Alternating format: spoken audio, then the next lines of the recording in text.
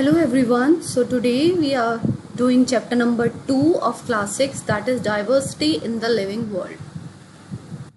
So we'll start with the Sanskrit shloka. First, Chhaya manasya kurvanti tishthanti swayam atpe falanyapi parathare vriksha satpurusha ev, which means trees stand in the sun and give shade to others.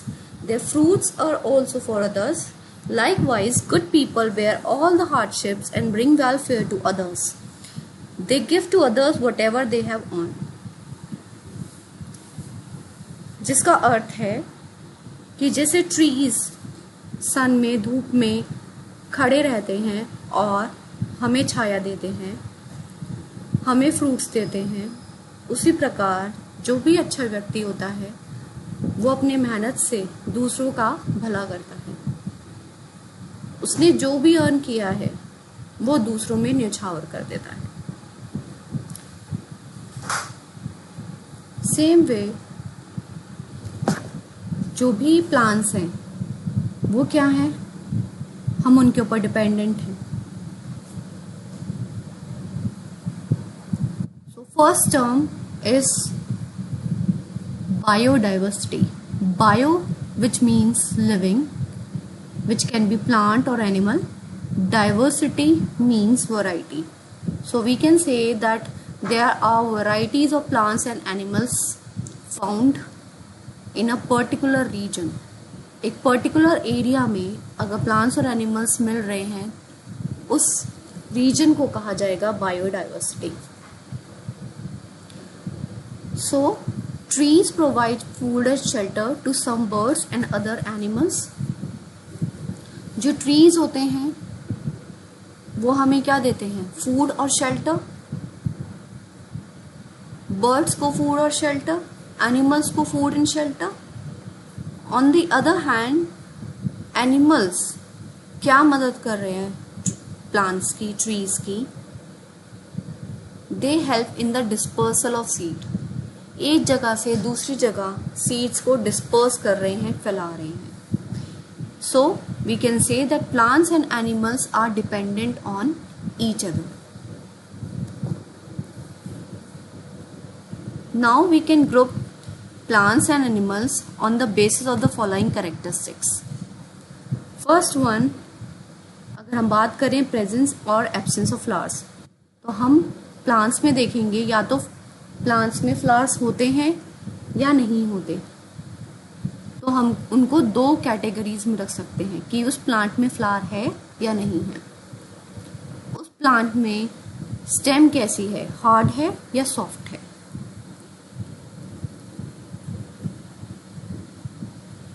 या जो plants हैं वे कहाँ रह रहे हैं, place there where they live. अब हम eating habit की बात करेंगे तो ईटिंग हैबिट आप बोलेंगे प्लांट्स में कैसे वो खाना खा रहे हैं, बट यस यहाँ पर बात हो रही है प्लांट्स कैसे फूड को बना रहे हैं with the help of photosynthesis. We already know that. But some plants जो होते हैं like pitcher plant, Venus fly traps, they depend on other insects to get the nutrition. ये थोड़ा डिटेल में हो जाएगा। इसके बाद हम बात करेंगे एनिमल्स की। सो animals they don't have stem but they have a body structure. Like क्या वो टॉल हैं या वो शॉर्ट हैं, उनका ईटिंग हैबिट क्या है, वेदर दे आर हर्बीवोर्स और carnivores, the place they live, इसको हम कह सकते हैं हैबिटेट। वो रह कहाँ रहे हैं, क्या वो जंगल में रह रहे हैं, ग्रास लैंड में, या वो डेजर्ट में रह रहे हैं। So how are they adapted to that environment.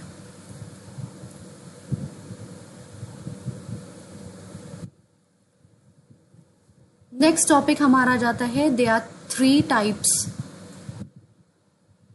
Of flora, that means you can say herb, shrubs and trees.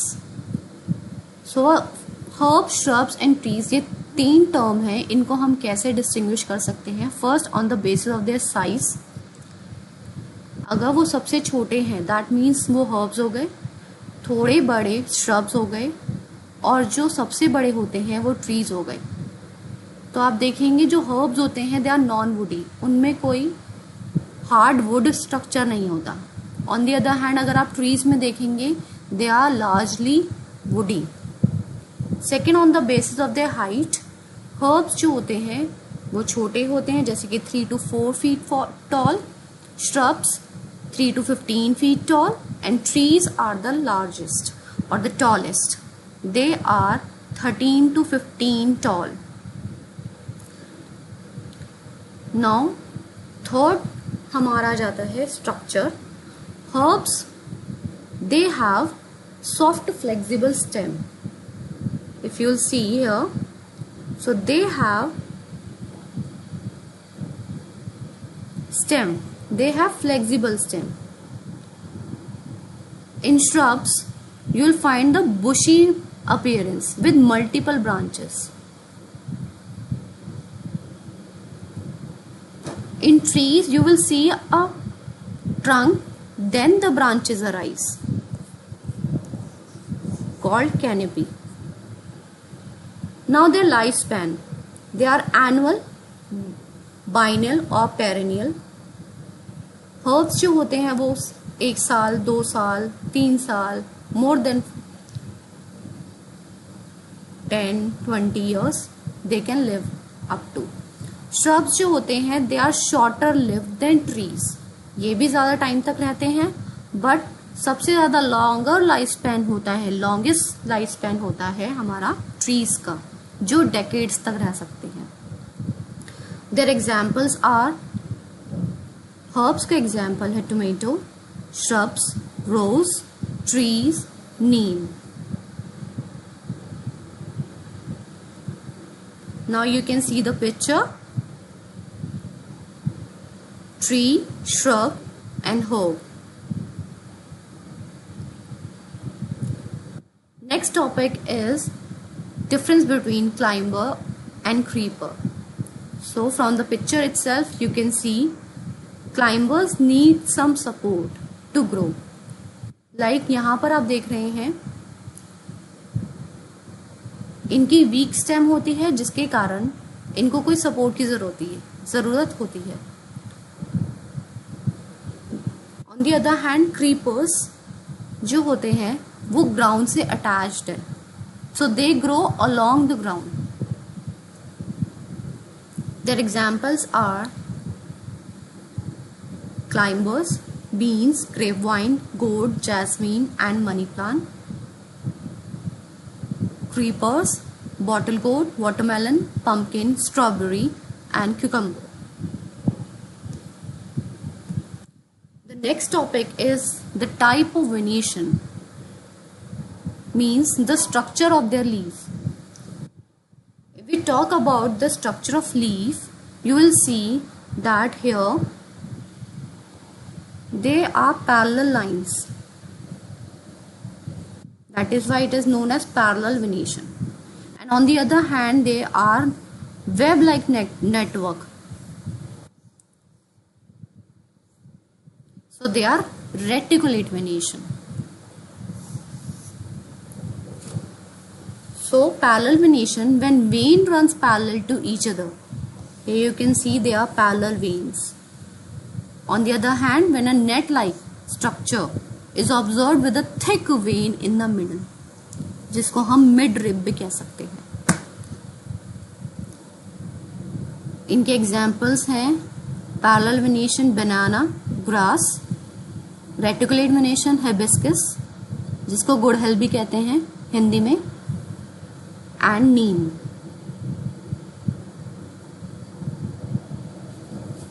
Now our next topic is the types of root or the root system. So there are two types of root. First one, from the picture itself you can see there's a fibrous root system, means the roots are arising from some point. On the other hand, If we're talking about taproot system, there is a primary root from which the other secondary roots are arising. So here you can see the difference itself in the picture. So their examples are fibrous root, grass, wheat, rice and maize, taproot, carrot, radish and beetroot. Next topic is the type of seed. So we'll find two types of seed. First one is the monocot seed, second is the dicot seed. Mono means one. अगर आप बात करेंगे, mono means it's a single seed which cannot be opened up into two parts. Here you will see a dicot seed where you will find di means two, means they have two cotyledons here, 1 and 2. So their examples are monocot seeds, maize, and dicot seeds, chickpea or chana.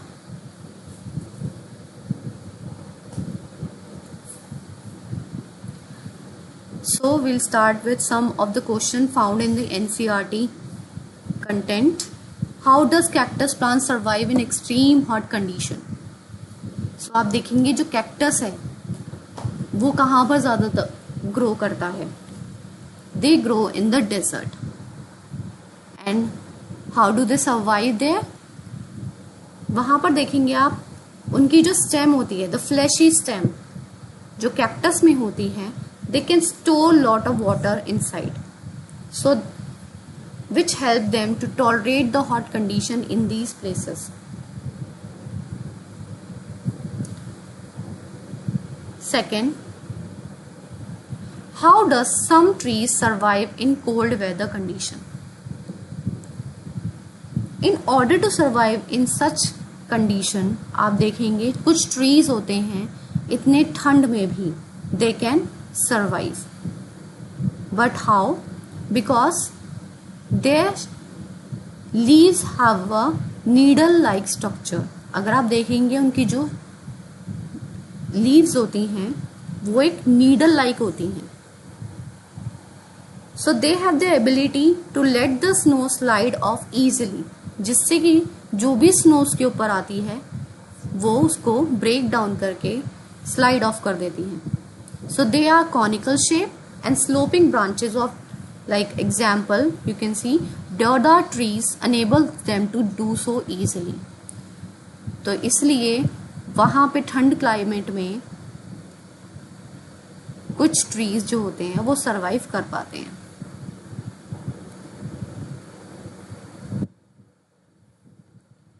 Next हम बात करेंगे जो camels होते हैं वो कैसे survive करते हैं, एंड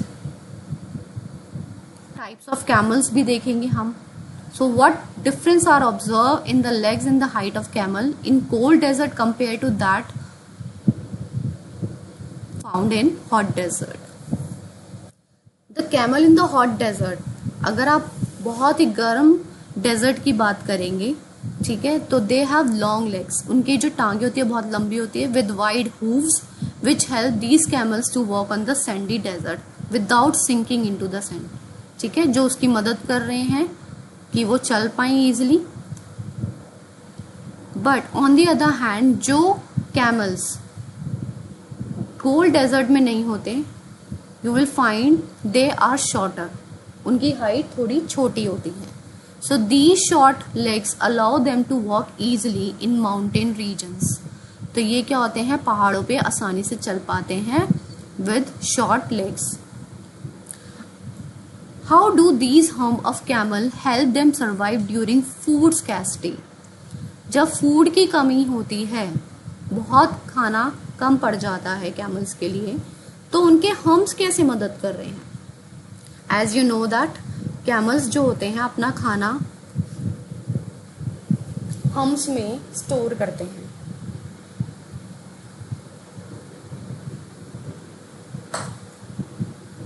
तो हॉट डेजर्ट में क्या होता है, उनकी वो मदद करता है कि वो अपना खाना वहाँ पे स्टोर कर पाए. बट इन कोल्ड डेजर्ट में दे हैव 2 humps, उनके क्या होते हैं, 2 humps होते हैं।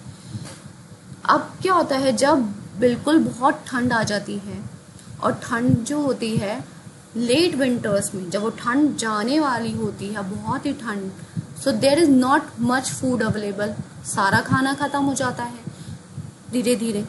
तो उस टाइम पे not much food available in the cold desert and they have to use food stored in their home during that time. तो वो क्या करते हैं, वो हम्स का यूज करते हैं और अपना सरवाइव कर पाते हैं।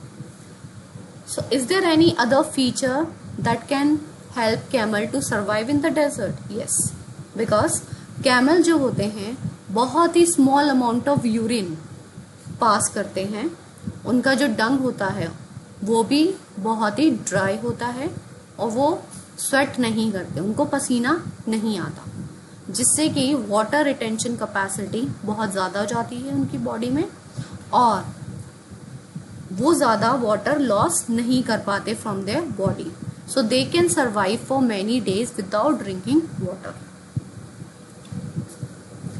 Next topic is how do rhododendrons adapt their features to survive in different regions? Okay, यहाँ पर आप देख रहे हैं 2 beautiful rhododendron, but they are found in different regions like in Nilgiris, you will see here, and Sikkim. आप देखेंगे जो नीलगिरीज में होते हैं वो थोड़ी छोटी हाइट के होते हैं और छोटा उनका साइज होता है लीव्स का, जिससे कि वो हैवी विंड और माउंटेन टॉप पर सरवाइव कर पाते हैं। ऑन दी अदर हैंड जो रोडोडेंड्रॉन हुए हैं सिक्किम में, ठीक है, वो थोड़े टॉल होते हैं। तो here you can see different varieties of plants found in different region. Now test your knowledge. Whatever we have studied so far, I hope you will be able to answer these questions. First table has been given where you have to see what type of features they have. ये मैंने आप लोगों के लिए solve भी करी हुई है। I hope you will go through it once. और अगर if you have any doubt आप मुझे कमेंट करके you can ask.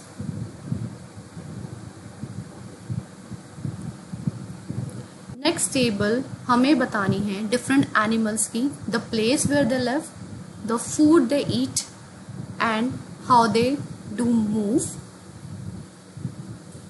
And any other features.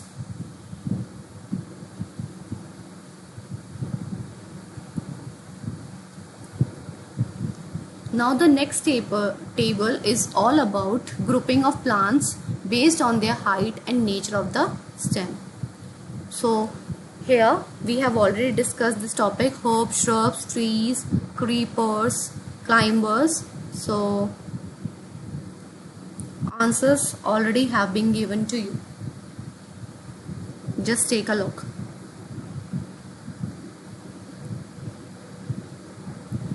Next type of table is the type of leaf venation we have already studied.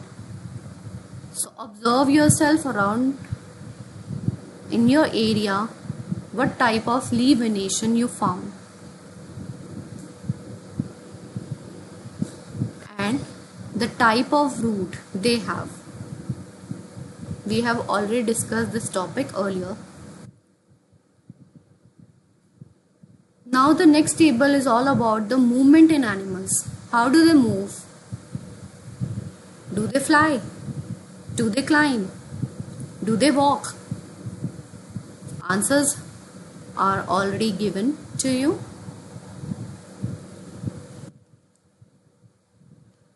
Next table is all about the different kinds of animals and plants found in different surroundings. Just take a look at it.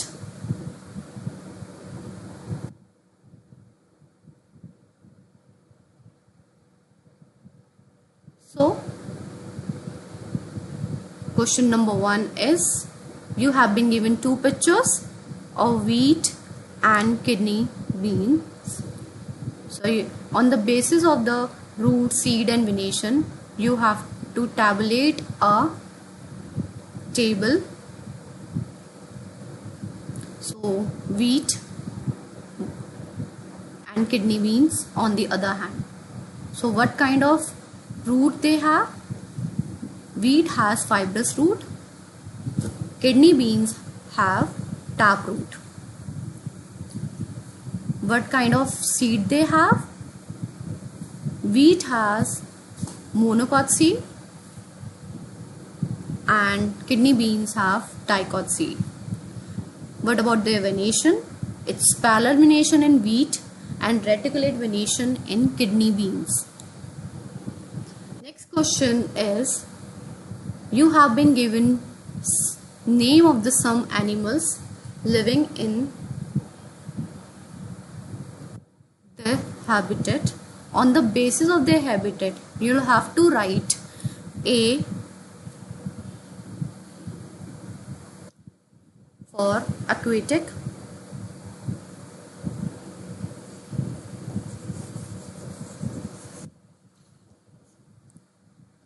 B, you will write all the terrestrial,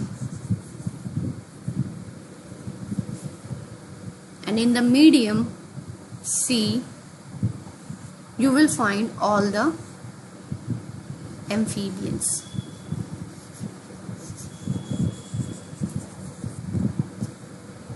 Those animals which live both in aquatic and terrestrial regions.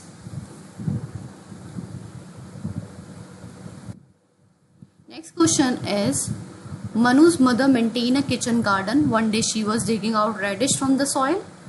She told Manu that radish is a kind of fruit. उन्होंने बोला कि radish तो एक root है, तो हमें root radish को देखना है और बताना है yes क्या वो एक root है. Yes, radish एक root है because it has a taproot system with a reticulate venation. So आप देखेंगे जब भी रेडिश होती है उसके ऊपर स्मॉल हेयरी ग्रोथ होती है. So this one is the main root and these small ones are the secondary root.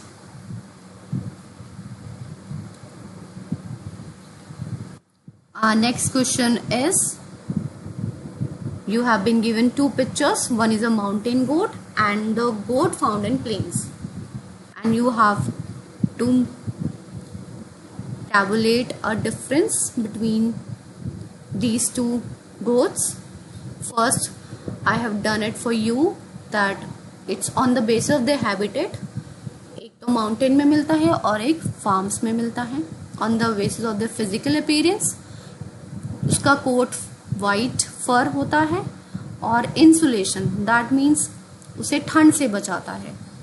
और यहाँ पर इसका जो होता है कंपैरेटिवली लेस हेयरी होता है, क्योंकि अगर प्लेन्स में है तो वहाँ पर सर्दी नहीं होगी. इनके जो लेग्स होते हैं माउंटेन गोट के, they are very strong and use for climbing purpose, but यहाँ पर उनके स्ट्रॉन्ग नहीं होते, स्लेंडर होते हैं बिकॉज उन्हें क्लाइंब नहीं करना माउंटेन्स में. उनका बिहेवियर क्या होता है? They are usually live in a small group, solitary, अकेले स्मॉल ग्रुप में. बट जो प्लेन्स में होते हैं दे आर वेरी सोशल. आप देखेंगे वो हर्ड्स में मिलते हैं, ग्रुप में मिलते हैं, जिसको हम भेड़ चाल भी कहते हैं. जैसे कि अगर जहाँ पे एक गोट है वहीं पर ही आप देखेंगे बहुत सारी गोट्स होती हैं. यहाँ पर हम देखेंगे जो डाइट होती है इनकी, दे आर हर्बीवोर्स, सिर्फ हर्ब्स के ऊपर डिपेंड करते हैं. यहाँ पर they are herbivores but they are dependent on various plants also, grasses etcetera. इनका लाइफ स्पैन जो होता है 9 to 12 years in the wild, क्योंकि उन्हें सरवाइव करना है जंगल में, तो इनका लाइफ स्पैन 9 to 12 ईयर्स होता है.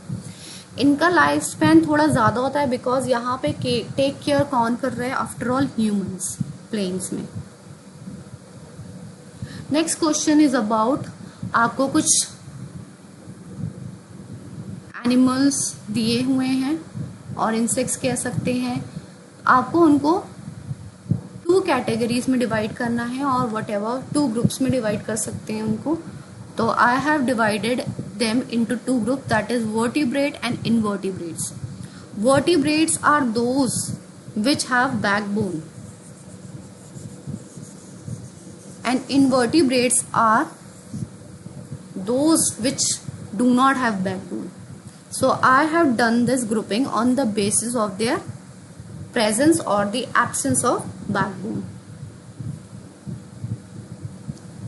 Next question is, as you know, the population is increasing day by day, so we want more comfortable lives. Forest को काटा जा रहा है और जो हमारी सराउंडिंग्स को खराब कर रहा है। तो इससे क्या हमारे चैलेंजेस हैं और उनको हम चैलेंजेस को कैसे एड्रेस कर सकते हैं। सबसे पहले हमारा इसका देखेंगे इम्पैक्ट क्या पड़ रहा है हमारे इसका। तो डिफॉरेस्टेशन, अगर हम पेड़ों को काट रहे हैं, पेड़ों को काटना itself is a term given here is deforestation.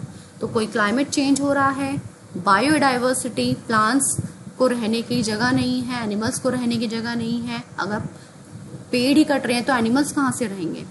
Disruption of water cycle, water cycle में बिकॉज आप देखेंगे प्लांट्स की वजह से ही बारिश होती है, तो वाटर साइकिल बिगड़ जाएगी। सॉइल डिग्रेडेशन, सॉइल इरोजन, ये सब प्रॉब्लम्स आ सकती हैं और आप देख रहे हैं धीरे धीरे प्रॉब्लम्स बढ़ती भी जा रही हैं। So how can we address them, कि हम उसको कैसे रोक सकते हैं, ये चैलेंजेस को हम कैसे कम कर सकते हैं। सो सबसे पहले फॉरेस्ट मैनेजमेंट को थोड़ा सा ध्यान देना पड़ेगा। एग्रो फॉरेस्ट्री, हमें पेड़ ज़्यादा लगाने पड़ेंगे। कॉन्जर्वेशन हमें करनी पड़ेगी, हमें कोई पॉलिसीज़ बनानी पड़ेंगी, कोई रूल्स बनाने पड़ेंगे। टेक्नोलॉजिकल एडवांसमेंट होनी चाहिए। हम जैसे अभी एक हाइड्रोपोनिक्स टेक्निक है, हम उसको ला सकते हैं। Next question is about a flow chart. तो आपको बताना है एक प्लांट है, यस है, उसके एक लीव्स हैं, यस हैं, उनके पास 2 वेनेशन है, रेटिकुलेट वेनेशन हो सकती है, यस हो सकती है। अगर उसकी रेटिकुलेट वेनेशन है तो उसके एग्जाम्पल आपको देना है mango, rose, tulsi, papaya. If it is not have a reticulate venation means they have a parallel venation. तो आप उसके एग्जाम्पल देंगे banana, bamboo, maize, lily. Next question is about a boy that is Raj argues with his friend Sanjay that gudhal hibiscus plant is a shrub. वो argue कर रहे हैं 2 बच्चे कि हिबिस्कस प्लांट एक श्रब है। तो वो कैसे उससे क्लैरिफिकेशन मांग सकता है। Sanjay can ask the following questions for clarification. कि वो कितना बड़ा है हिबिस्कस प्लांट। अगर वो ज्यादा बड़ा है तो वो तो ट्री हो जाएगा, बट अगर बहुत ही छोटा है तो वो हर्ब हो जाएगा। यस, अगर वो मीडियम साइज का है तो वो श्रब हो जाएगा। नेक्स्ट उसकी स्टेम पूछ सकता है वो कि क्या वो हार्ड है, वुडी है, सॉफ्ट है। उसकी ब्रांचेस के बारे में पूछ सकता है कि ज्यादा बुशी तो नहीं है। श्रब होगा अगर बुशी होंगी तो, ठीक है। अगर कैनपी टाइप में है तो it will be like a tree. उसकी लाइफ स्पैन अगर बहुत सालों के लिए है या जस्ट 1 सीजन के लिए और 2 सीजन्स के लिए है तो वो क्वेश्चंस पूछ सकता है। नेक्स्ट हमें प्लान आउट करना है। हमें 2 टाइप ऑफ सीड्स दी हैं, टैप रूट, फाइब्रस रूट दिया है, उनके एग्जाम्पल्स लिखने हैं और कोई अदर सिमिलैरिटी जो इनके पास है वो हम लिख देंगे। सो दीज प्लांट्स जो डाइकॉट प्लांट्स होते हैं they have 2 cotyledons, we have already studied. Monocot होते हैं दे हैव सिंगल कॉटिलेडन। उनका जो रूट सिस्टम होता है फाइब्रस होता है। यहाँ पर 2 कॉटिलेडन्स में इनका टैप रूट होता है। नेक्स्ट क्वेश्चन इज अबाउट, आपको एक 2 डायग्राम दिए हुए हैं, a duck and a pigeon. So कौन सी डक एक्टिविटी, ठीक है, कर पाएगी अपने इन पैरों के द्वारा, because they have webbed feet. यहाँ पर here you can see, यहाँ पर उनके वेब्ड फीट नहीं है. They have feet with 3 toes point. आप देख रहे हैं उसके पैर 3 ऐसे हैं और एक पीछे की ओर है. ठीक है. So ducks have webbed feet where the toes are connected by a membrane. आप देख रहे हैं जो webbed feet हैं उसमें एक मेम्ब्रेन जा रही है ऐसे करके. So ये जो मेम्ब्रेन्स होती हैं, ठीक है, ये इनको स्विमिंग में मदद करती हैं. ऑन दी अदर हैंड अगर पिजन में देखेंगे 3 टो सिस्टम में, ठीक है, ये इसको पर्चिंग में मदद करती हैं टू होल्ड सम ब्रांचेस, बैठने के लिए, चलने के लिए इसका फंक्शन आता है. अब वेब्ड फीट जो होते हैं डक के, ये अपना वेट जो है डिस्ट्रीब्यूट कर जाएंगी पूरे एरिया पर क्योंकि एरिया बढ़ गया है, which allowing them to walk on mud soft ground without sinking, बिना डूबे. Thank you. आई होप आपको ये चैप्टर क्लियर हुआ होगा. If you like the video please like, subscribe and share. Thank you so much.